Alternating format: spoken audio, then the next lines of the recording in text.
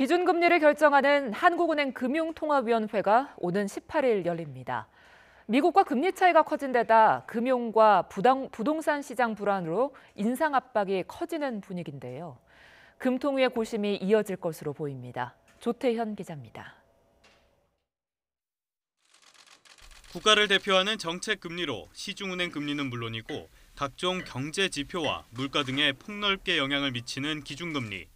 한국은행은 지난 2008년 글로벌 금융위기 이후 기준금리를 급격하게 낮춘 뒤 경기 회복에 따라 조금씩 올렸지만 박근혜 정부 출범 뒤에는 저금리 기조를 유지했습니다.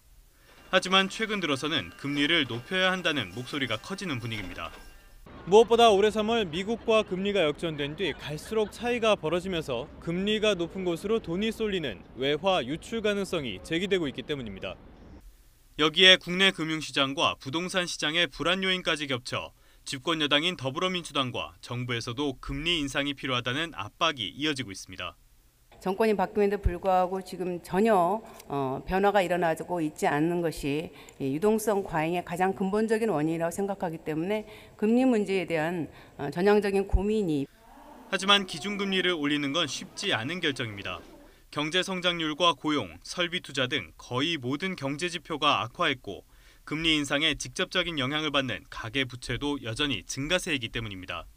여기에 미국과 중국의 무역 분쟁이라는 대외적 변수까지 있어 금리 인상이 자칫 경기 둔화의 원인이 될 수 있다는 우려까지 제기됩니다.